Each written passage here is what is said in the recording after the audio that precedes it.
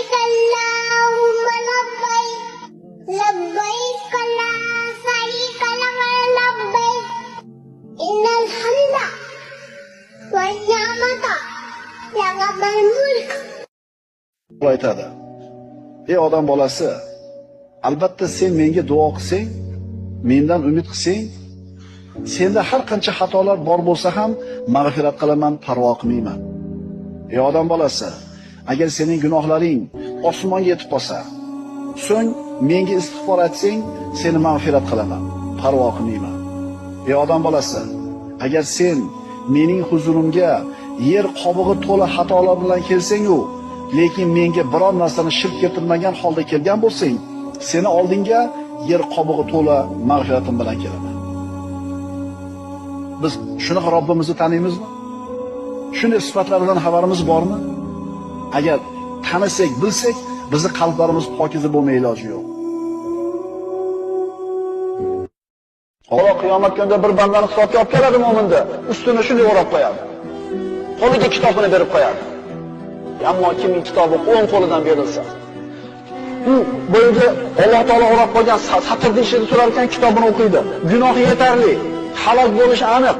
O'qib bo'lib halok bo'lishi deb turganida Alloh taolo dunyoda seni ayblaringni yashirganmanmi deydi. Dunyoda sharmanda qilgan emasmanmi? Endi bugun ham seni sharmanda qilmayman. Yana bir marta kitobingni o'qi deydi.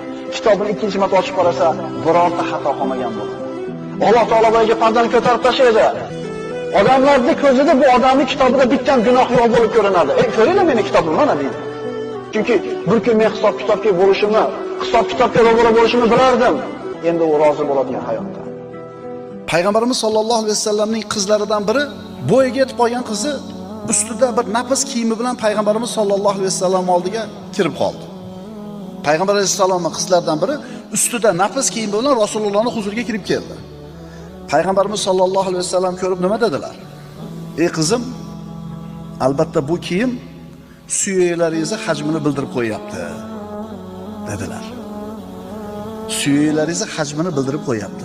Nima demoqchilar bu gapi bilan? Nima demoqchilar? Mana shu so'zdan boshqa har qanday so'zni ishlating, badan, hajm, ko'hragi yoki bo'lmasa figurada, hammasida jinsiy maylni o'g'otadigan ma'no bor.